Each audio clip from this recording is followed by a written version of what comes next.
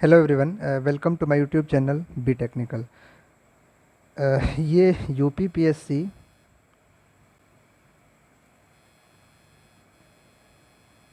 एई का पेपर हुआ था 29 मई को। उसका आंसर की है सिविल इंजीनियरिंग पेपर वन का। सिविल इंजीनियरिंग पेपर वन, इनके जो 25 क्वेश्चंस हैं हिंदी के, वो मैं ऑलरेडी अपलोड कर चुका हूँ वीडियो। आप वहाँ जाके देख सकते हैं और आपके कितने स्कोर हो रहे हैं आप कमेंट में लिख सकते हैं। ये टेक्निकल का है, इसमें 26 क्वेश्चन से लेके 125 क्वेश्चंस तक हैं। तो ये वीडियोस मैं दो पार्ट में लाऊंगा। ये पहला पार्ट है जिसमें टोटल 50 क्वेश्चंस रहेंगे। आई होप कि आंसर आपको हेल्प करेंगे और आपके कितने स्कोर हो रहे हैं या फिर कौन सा क्वेश्चन आपको डाउट लग रहा है। जो मुझे भी डाउट लगा मैं उसको स्टार कर दूंगा और आप कमेंट बॉक्स में लिख सकते हैं। ओके, तो चलिए स्टार्ट करते हैं। पहला क्वेश्चन है question number 26। Deep beam are design for, ये क्वेश्चन गुप्ता एंड गुप्ता से पूछा गया डायरेक्टली। तो ये बेंडिंग मोमेंट के लिए सिर्फ डिज़ाइन होता है, ये जो है इसका वो करेक्ट आंसर है। दूसरा क्वेश्चन है determine the net couple moment acting on the following beam shown in figure. ये क्वेश्चन काफ़ी इजी है, इसमें सारी चीज़ें दे रखी है। आपको नेट कमेंट जो कपल होगा वो निकालना है। तो देखिए सारा डिस्टेंस दिया हुआ है, सारे कपल दिए हुए हैं। आप सिंपली फोर्स को रिजॉल्व कीजिए तो आपको आंसर मिल जाएगा कि नेट मोमेंट कितने आ रहे हैं। तो ये इस तरह क्वेश्चन में ऐसे ही ऑप्शंस होते हैं कि आपको एक भी आंसर जो है वो करेक्ट नहीं मिला है। ठीक है, इसलिए तीसरा क्वेश्चन ऑप्शन है कि none of these. So none of these जो होगा वो करेक्ट आंसर होगा। इसके जो कपल आप जब कैलकुलेट करेंगे तो ये तीनों में से मैच नहीं करेगा। So D is the correct option for question number 27। ठीक है, अब आप देख सकते हैं यहाँ पे निकालना कैसे। इट्स टू इजी कि हर जगह फोर्स दिया हुआ है। देखिए ये भी रिएक्शन दिया है 400 किलो न्यूटन, इधर भी 400 न्यूटन है, 500 न्यूटन इधर है, 500 न्यूटन इधर है।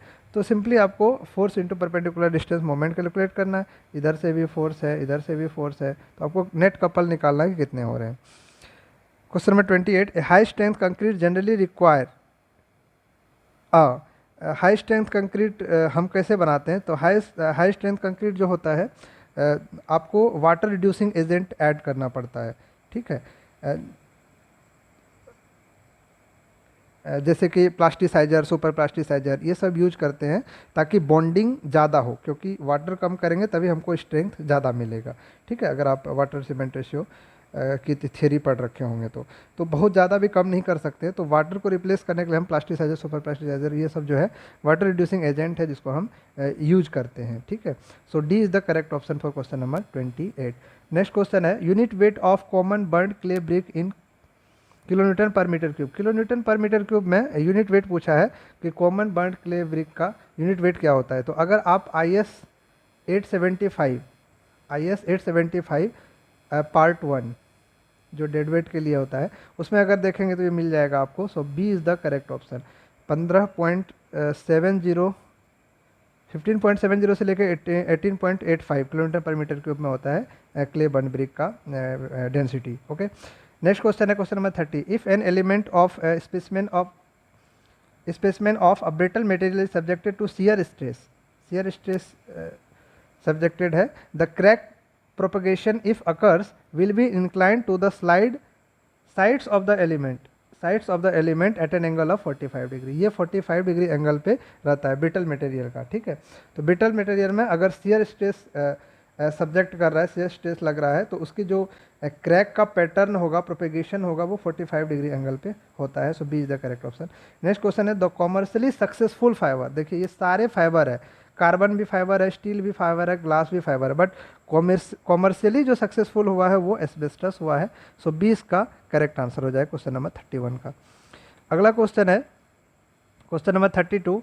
ए slenderness ratio of component column is lattice column in a lattice column is limited to. तो देखिए ये होता है 50 and 0.7 times of lambda.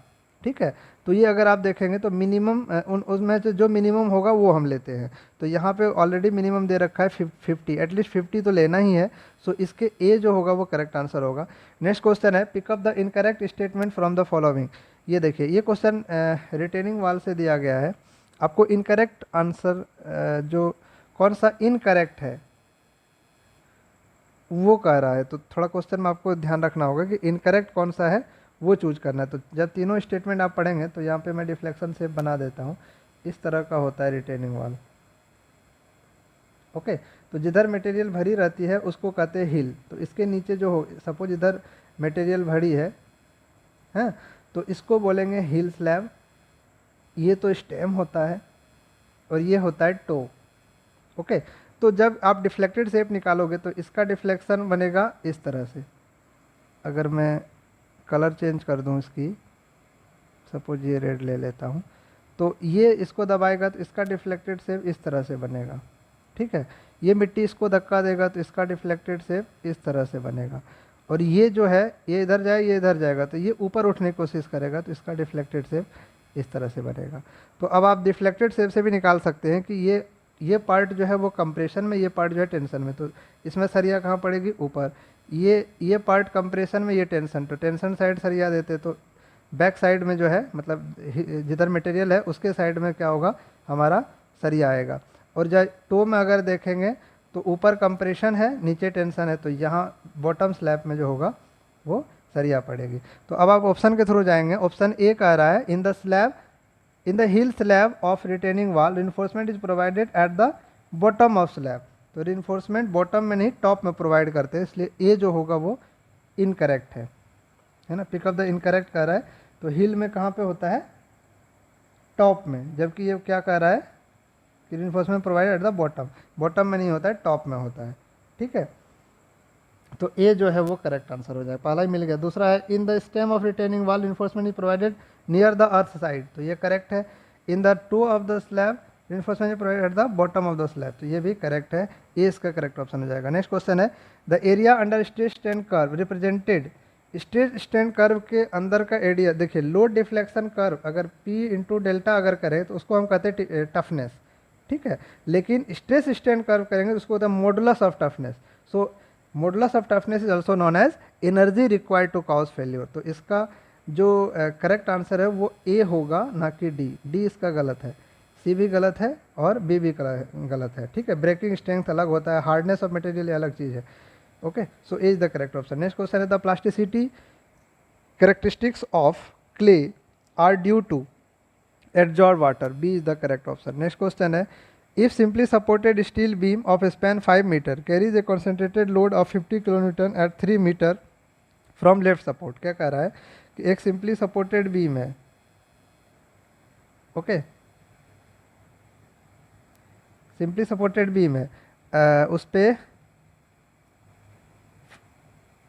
Steel A simply supported steel beam of 5 meter carries a concentrated load of 50 kilonewton at 3 meter from left support। Left support से 3 metre distance पे कितना load act कर रहा है? 50 kilonewton.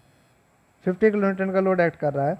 The beam is of circular cross section. Beam का cross section कैसा है? Circular है। Circular cross section with 100 mm dia, और इसकी डाया दी है कितनी? 100 mm। ठीक है, डाया दिया हुआ है 100 mm। Deflection under point load, तो पॉइंट लोड के अंडर डिफ्लेक्शन आपको कितना होगा ये पूछ रहा है कि डिफ्लेक्शन अंडर पॉइंट लोड के अंडर डिफ्लेक्शन कितनी होगी। तो इसका फार्मूला होता है कि डेल्टा सी, सपोज जिस पॉइंट पे लोड लग रहा हो, is equal to W A square B square divided by 3 E I L. तो W आपका कितना है? 50 इंटू ए, इधर से 3 मीटर, टोटल स्पेन कितनी है? 5 मीटर। तो ये कितना बच गए? 2 मीटर। अगर इधर से 3 मीटर पे लग रहा है तो इधर से 2 मीटर बचा। तो सपोज करो इसको ए मान लो, इसको बी, तो 3 का स्क्वायर इंटू 2 का square divided by 3 into E I into 3 नहीं divided by 3 E I into L. L कितना आपका? 5। तो 1 ये कैंसिल हो गया, 10। तो 2 2 ज़ा 4, 4 3 ज़ा 12। तो 120 divided by E I, 120 divided by E I. So B इसका करेक्ट आंसर हो जाएगा। ओके, नेक्स्ट क्वेश्चन है distribution of time for project as a whole. जब भी प्रोजेक्ट एज ए होल पूछे तो नॉर्मल डिस्ट्रीब्यूशन को फॉलो करता है, तो ए इसका करेक्ट आंसर हो जाएगा। नेक्स्ट क्वेश्चन है question number 39, no 38, deflection in truss depends upon. तो ट्रस में जो होता है सिर्फ एक्सियल लोड होता है, तो वो किस पे डिपेंड करेगा, एक्सियल रिजिडिटी पे, यानी एई को कहते हैं एक्सियल रिजिडिटी, तो उस पर डिपेंड करेगा। तो 38 का बी जो होगा वो करेक्ट आंसर हो जाएगा। नेक्स्ट क्वेश्चन है in two method A and B of network analysis the following methods are true about them. Method A कह रहा है project cost increases if time duration is either increase और decrease, मतलब time duration को बढ़ाएं या घटाएं, प्रोजेक्ट का जो कॉस्ट होगा वो बढ़ते ही रहेगा, तो ये पर्ट में फॉलो करता है। ओके, दूसरा कह रहा है project cost varies directly with the time, और सीपीएम में क्या होता है, सीपीएम में अगर डायरेक्ट कॉस्ट की बात करें तो वो इस तरह से घटते जाता है, इनडायरेक्ट कॉस्ट की बात करें तो वो टाइम के साथ बढ़ते चला जाता है। तो सीपीएम में फॉलो करता है project cost very directly with the time, time के साथ बढ़ते जाता है। तो मेरे हिसाब से बी जो होगा वो करेक्ट आंसर है, फिर भी मैं इसको स्टार कर रहा हूँ, आप एक बार इसको चेक करो। नेक्स्ट क्वेश्चन है what is the area of influence line diagram for the reaction at the hinged end of a uniform propped cantilever beam of span L metre, propped cantilever beam of span L metre. क्या कह रहा है कि एक प्रोप्ड cantilever beam कैसा होता है, इस टाइप का, इसको बोलते हैं propped cantilever beam. Okay, uniform propped cantilever beam. What is the area of influence line diagram for the reaction, reaction के लिए इन्फ्लुएंस लाइन डायग्राम का एरिया क्या होगा ये पूछ। तो प्रोप्ड कैंटिलीवर जो है वो इनडिटर्मिनेट बीम में आती है, और इनडिटर्मिनेट बीम का डिफ्लेक्शन के हिसाब से हम क्या करते हैं, इन्फ्लुएंस लाइन डायग्राम निकालते हैं। ठीक है, तो इसका अगर डिफ्लेक्शन देखें तो इस तरह से समथिंग कुछ बनता है। ओके, और जब वो डेरिवेशन के थ्रू आएगा तो ये जो ऑर्डिनेट होगा इसकी वैल्यू कितनी हो जाएगी, ये होती है 3l/8। ये कितनी होती है, 3l/8, 3l/8। तो इस हिसाब से ऑप्शन देखें तो ए जो होगा वो करेक्ट आंसर होगा। आप डेरिवेशन बुक में जाके देख सकते हैं, के सुब्रमण्यम का, के सुब्रमण्यम नहीं सॉरी रामामृतम का बुक में भी आपको ये चीज़ें मिल जाएगी। So A is the correct option. Next question है question number 41, concrete can be pumped up to a distance dash without any loss of property, loss of its property, मतलब जो पंप के कारण, pumping is one of the types of concreting है ना, जिसमें जो water cement ratio होता है बहुत हाई होता है, तो पंप करके कंक्रीटिंग करते हैं। तो ये पूछ रहा है कि उसकी जो रेंज होती है वो कितनी होती है। ठीक है, तो मतलब कितने डिस्टेंस तक वो पंप कर सकता है। तो इसकी कोई एग्जैक्ट फिगर इसमें से है नहीं। अगर हम देखें तो डिफरेंट टाइप के पंप होते हैं, प्रेशर पंप है, स्प्रिंज पंप है ना, तो सबकी रेंज अलग अलग होती है। तो अगर देखें तो जो इसके हिसाब से 90 मीटर एक पंप है, स्प्रिंज पंप, जो कि उसकी हॉरिजॉन्टल रेंज है। ठीक है, 90 मीटर। तो इसको अप्रोक्सीमेट 100 मीटर के आसपास मान सकते हैं। बट इवन दो एक और पंप है, प्रेशर पंप, जिसकी जो डिस्टेंस है वो काफ़ी है, 1000 मीटर तक हॉरिजॉन्टल डिस्टेंस तक वो क्या कहते हैं, पंप कर लेता है, कंक्रीटिंग कर लेता है।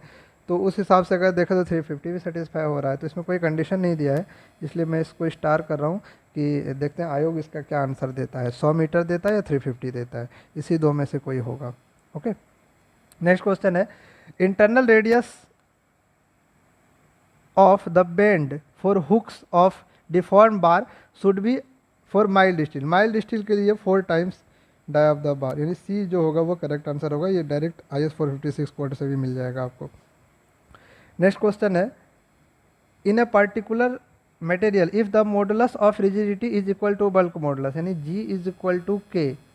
अगर G is equal to K है तो क्या कह रहा है, पॉइजन्स रेशियो की वैल्यू क्या होगी। तो ये तो डायरेक्ट फार्मूला है, mu is equal to 3K minus 2G divided by 6K plus 2G। तो अगर आप K इक्वल टू G करें तो म्यू की वैल्यू क्या हो जाएगी, 3 माइनस 2 यानी 1 डिवाइडेड बाय 6 प्लस 2 यानी 8, 1/8। So B is the correct answer. Next question है how many times the compactive energy is use in IS heavy compaction test के लिए पूछा है ये। तो ये वैल्यू होती है 4.56। अगर आप एग्जैक्ट फिगर निकालेंगे तो सारी मतलब कितने हाइट से उसको ड्रॉप कर रहा है सबको जब कैलकुलेट करेंगे तो you will get 4.56। So B is the correct option. Next question है, in CPM network an estimate that is required to complete a job in absolute minimum time is called. Absolute minimum time में complete करता है। Okay, so absolute term use किया है यहाँ पे, तो absolute term मतलब ये किस में चला जाएगा, क्रैशिंग में। क्रैशिंग का क्या हो जाएगा, क्रैशिंग एस्टिमेट। सो डी इसका करेक्ट आंसर हो जाएगा। नेक्स्ट क्वेश्चन है, a beam A B C is simply supported at A and B. A और बी पे सिंपली सपोर्टेड है।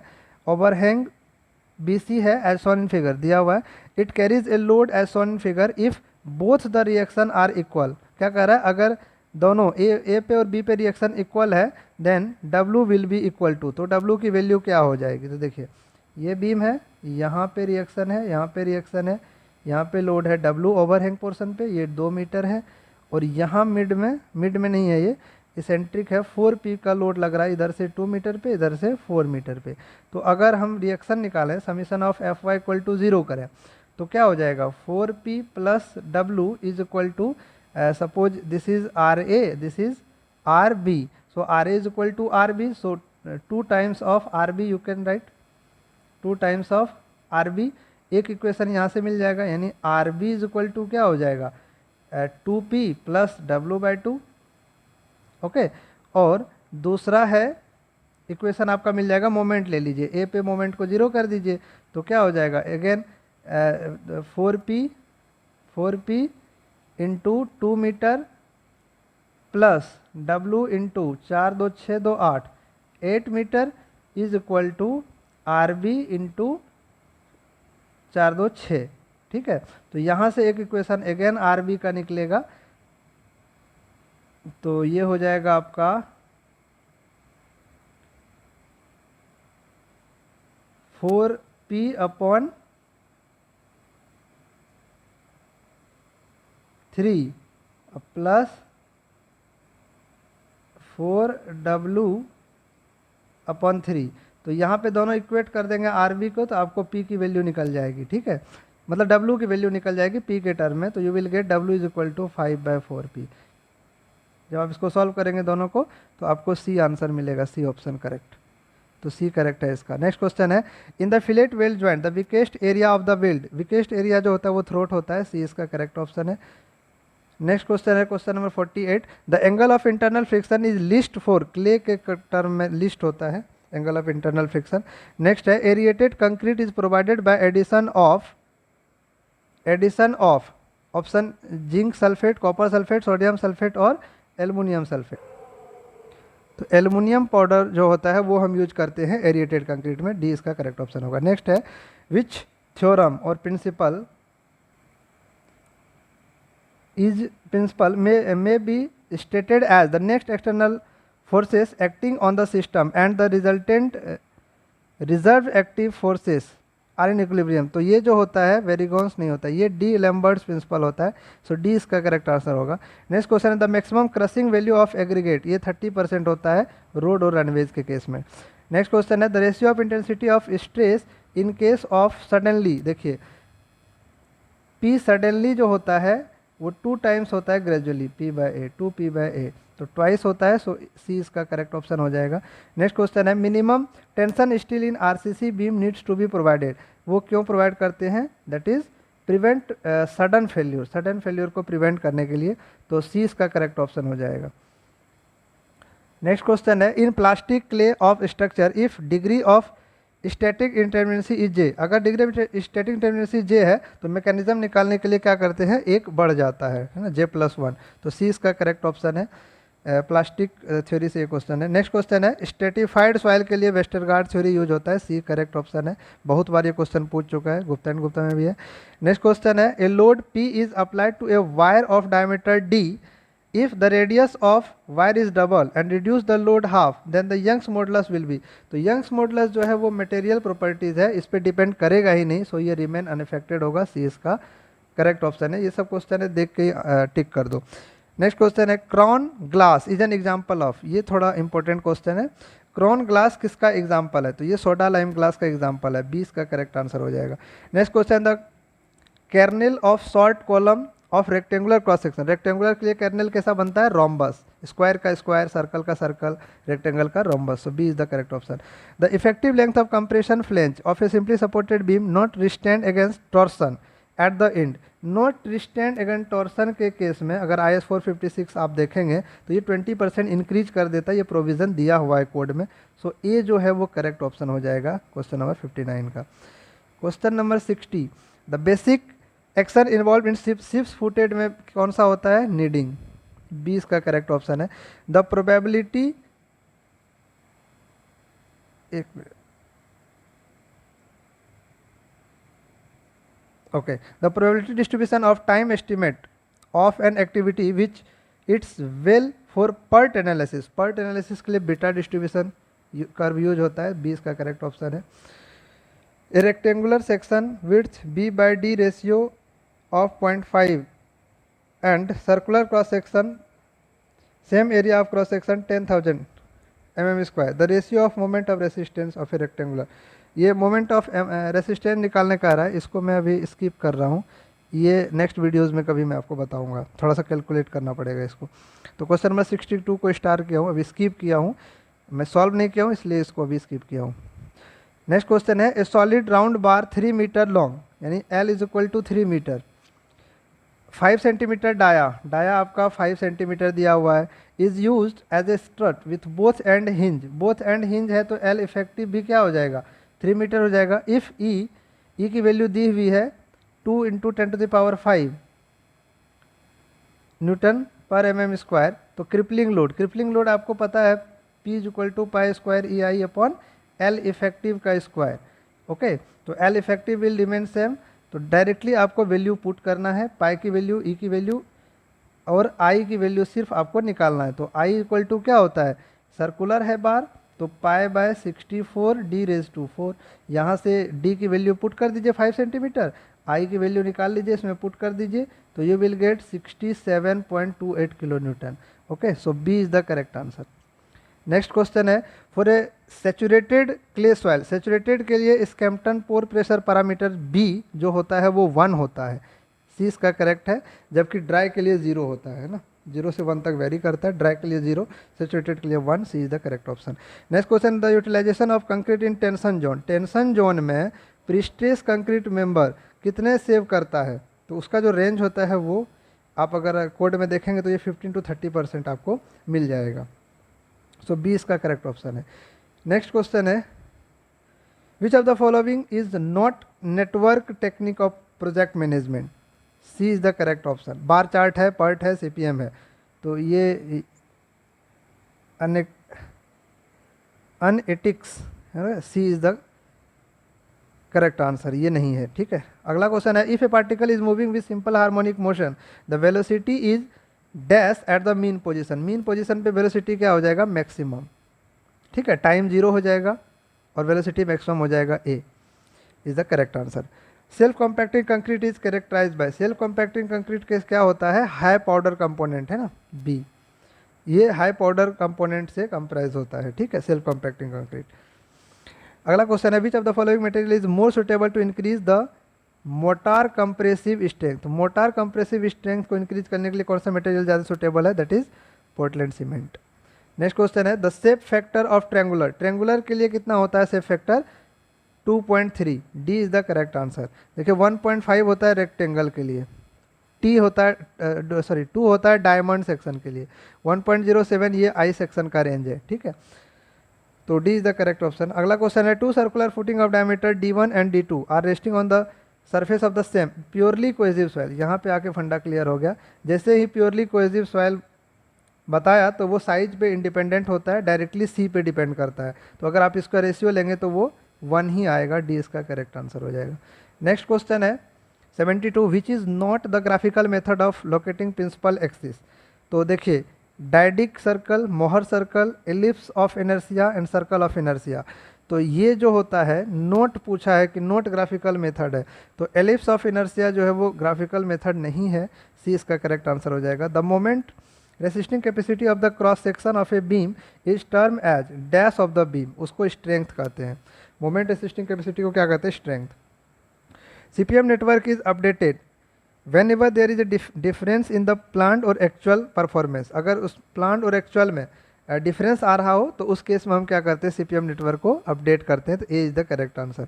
The bond strength of concrete increases with, bond strength increase करेगा जैसे आप अगर ऑप्शन देखें, the quality of concrete, the quantity of steel, steel की quantity बढ़ाने से बॉन्ड स्ट्रेंथ की वो नहीं होता है। थिनर मेंबर हम यूज कर सकते हैं स्टील का, है ना, बोलते हैं कि थिनर मेंबर मोर इन नंबर रेदर देन मोटा डाया यूज करने से बॉन्ड स्ट्रेंथ इंक्रीज होता है, लेकिन ये क्वांटिटी से कोई मतलब नहीं है।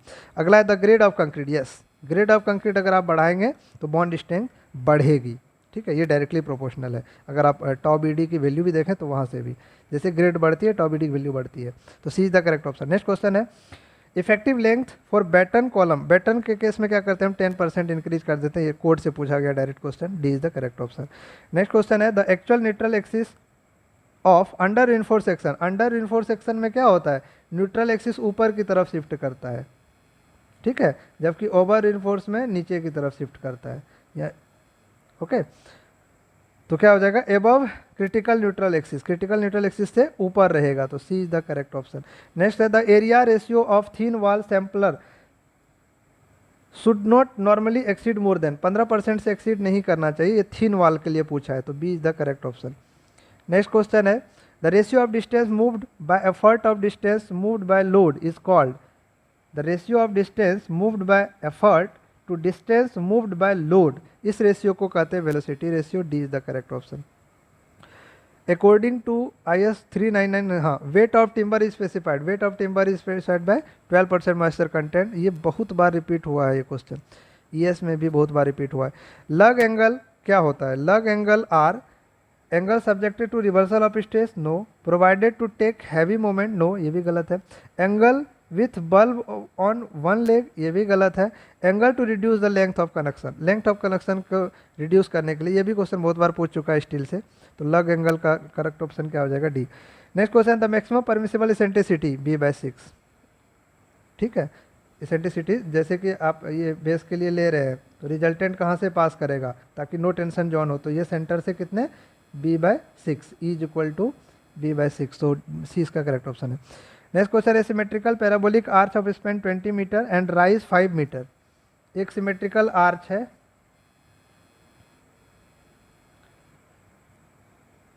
स्पेन 20 मीटर है, राइज 5 मीटर है, hinge at the springing, springing पे हिंज है, it support uniformly distributed load at 2 ton per metre. यहाँ पे ये चीज़ें ध्यान में रखना है, टन में है, 2 ton per metre. Run of the span, the horizontal thrust in ton at each of the spring. आपको हॉरिजॉन्टल थ्रस्ट निकालना है, बेसिकली ये 3 हिंज आर्च है ना, ये दे नहीं रखा है बट ये 3 हिंज आर्च है।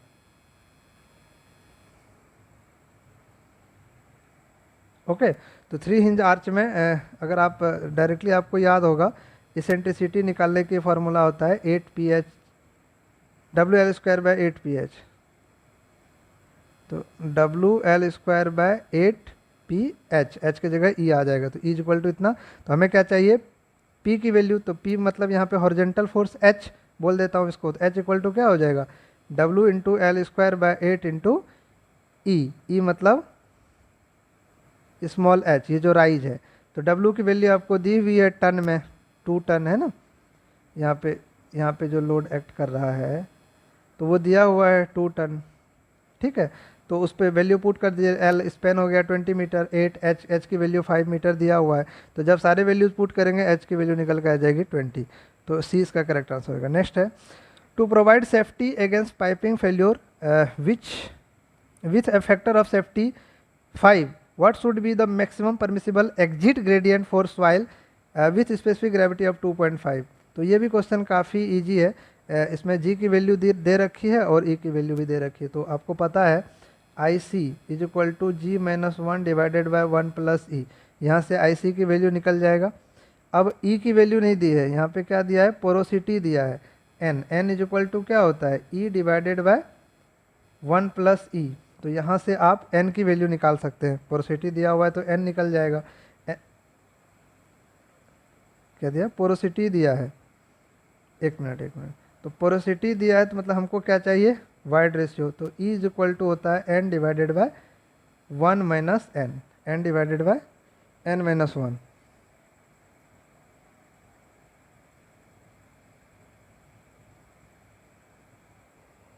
ओके, सो 1 माइनस n, तो यहाँ पे पुट करोगे तो E की वैल्यू निकल जाएगा, इसमें पुट करोगे तो IC की वैल्यू निकल जाएगा। ठीक, इसके बाद क्या कह रहा है, to be provided safety against piping failure with factor of safety 5। Factor of safety 5 दिया हुआ है, तो क्या होता है, factor of safety is equal to IC upon IE, IC upon IE। ठीक है, तो जब IE की वैल्यू निकालना होगा तो IE इधर हो जाएगा, फैक्टर ऑफ सेफ्टी नीचे हो जाएगा, तो IC divided by factor of safety आपका 5 दिया हुआ है, तो 5 से डिवाइड कर देंगे तो यू विल गेट 0.195, सी आपका करेक्ट आंसर हो जाएगा। जस्ट आपको इस फार्मूले में पुट करना है, आपको वैल्यूज मिल जाएंगे। नेक्स्ट क्वेश्चन है question number 85। The fixed beam AB of span L hinge at C यानी mid span, A concentrated load W is applied at seat, what is the fix end moment. ये एक fix beam है, क्या कर रहा है, इस पॉइंट पे लोड लग रहा है W और यहाँ पे ये हिंज है। अगर ये हिंज नहीं रहता तो फिक्सिंग मोमेंट कितना आता, WL/8। अब हिंज के कारण क्या हो जाएगा, एक सपोर्ट यहाँ पे आ जाएगी, है ना, उसको स्ट्रेट करने के लिए। तो मतलब डिफ्लेक्शन यहाँ पे जीरो करना है, तो डिफ्लेक्शन जीरो करने के लिए W निकल के आ जाएगा। तो जब आप इसको तोड़ेंगे तो ये पार्ट अलग हो जाएगा, है ना, यहाँ से। तो ये वैल्यू हो जाएगी W/2 इंटू मिड में लग रहा है तो ये L/2 डिस्टेंस हो जाएगा, तो W/2 इंटू L/2 कितना हो जाएगा, WL/4 ऑप्शन सी है, सी इसका करेक्ट आंसर हो जाएगा। नेक्स्ट है the element is subjected to equal and like stress, equal and like stress मतलब प्योर शेयर का केस। प्योर शेयर का केस में क्या होता है, it will be a point, A इसका करेक्ट आंसर हो जाएगा। Which of the following element are correct, कौन सा एलिमेंट करेक्ट है। डायरेक्ट कॉस्ट इंक्रीजेज, अभी आपको मैंने बताया था CPM के केस में, डायरेक्ट कॉस्ट इनडायरेक्ट कॉस्ट। ठीक है, तो डायरेक्ट कॉस्ट क्या होगा, हमेशा डिक्रीज करेगा, इनडायरेक्ट कॉस्ट हमेशा क्या होगा, इंक्रीज करेगा ड्यूरेशन के साथ। इधर ड्यूरेशन लेते हैं, इधर कॉस्ट लेते हैं। तो अगर ये दोनों आपको फिगर ध्यान में है, मतलब ग्राफ ध्यान में है, तो B और C जो होगा करेक्ट आंसर हो जाएगा, इसलिए option D is the correct answer. Next question है the diameter of the column head support, ये आपको ये भी IS 456 में मिल जाएगा, क्वेश्चन नंबर 88 का IS 456 में।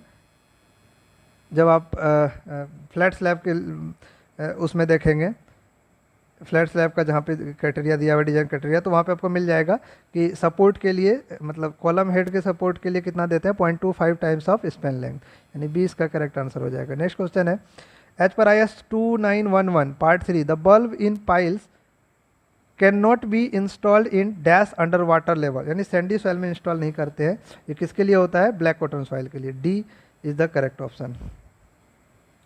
नेक्स्ट है question number 90 the forces which meet at one point but their line of action do not lie in a plane are called, मतलब एक ही पे एक्ट कर रहा है तो क्या हो गया, कॉन्करेंट फोर्स, लेकिन एक प्लेन में नहीं है तो क्या होगा, नॉन कोप्लेनर।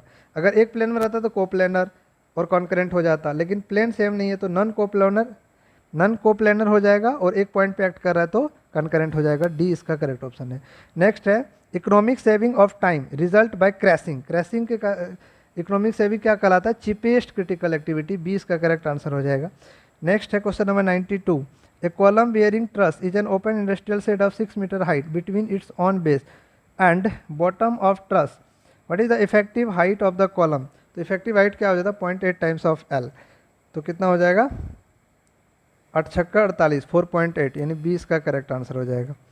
अगला है A load of 16 kN per meter cube is uniformly distributed over a circular area of 6 meter diameter at the ground surface. The vertical stress at point P, which is at a depth of 5 meter directly below the center of the loaded area will be. देखिए इसका जो formula है वो यहाँ पे लिखा हुआ है, that is sigma V is equal to K times of sigma Z, और सिग्मा Z निकालने के लिए हमें दिया हुआ है वैल्यूज, ठीक है, 16 किलोन्यूटन पर मीटर स्क्वायर। ठीक है, अब आपको निकालना है के इज इक्वल टू, इस केस में क्या हो जाएगा, देखिए ये एंगल होता है अल्फा, सर्कुलर है ना, तो ये एंगल अल्फ़ा, तो 1 minus cos cube alpha, alpha की वैल्यू यहाँ से निकाल लीजिए। ये डाया दिया हुआ, रेडियस दिया हुआ है, ये डिस्टेंस दिया हुआ है कितना, 5 मीटर। ठीक है, यहाँ से अल्फ़ा निकाल लीजिए, के इसमें वैल्यू पुट कर दीजिए तो सिग्मा भी आपको निकल के आ जाएगा। ठीक है, अगला क्वेश्चन है, the shape of influence line diagram for horizontal thrust is a symmetrical 3 hinge parabolic arch is. देखिए, shape of influence diagram horizontal thrust in symmetrical 3 hinge parabolic arch. Parabolic arch के लिए कितना होता है, इस ट्रेंगल टाइप में होता है।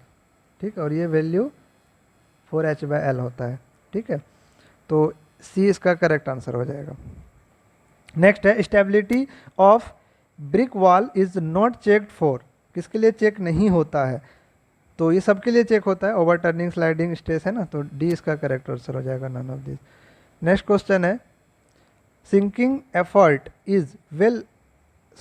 Effort in well foundation is the ratio of weight of well standing to that of skin friction developed on the sides and should preferably be more than 2। ये 2 से ज़्यादा होता है। ठीक है, डायरेक्टली आप इसको ध्यान में रखिए, ए इसका करेक्ट आंसर है। क्वेश्चन नंबर 97, ये मैकेनिक्स से क्वेश्चन है। ठीक है, इसको भी देखिए, मैं आपको सिंपल बता दूँ, कोफिशिएंट ऑफ रेस्टिट्यूशन निकालना है। तो कोफिशिएंट ऑफ रेस्टिट्यूशन जब आप निकालोगे तो कहता है कोलिजन से पहले, कोलिजन के बाद, तो velocity of separation divided by velocity of approach, ये रेशियो जो होता है वही कहलाता है कोफिशिएंट ऑफ रेस्टिट्यूशन। जब उसमें पुट करेंगे आप तो you will get the value 0.5। मैं यहाँ कैलकुलेट करके आपको नहीं दे रहा हूँ, मैं आपको फार्मूला बता दिया।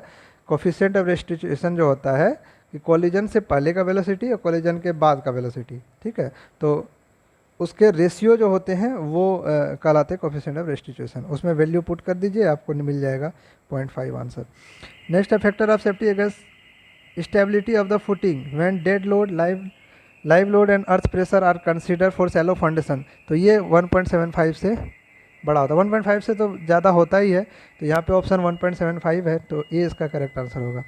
नेक्स्ट है, for singly reinforce balance section.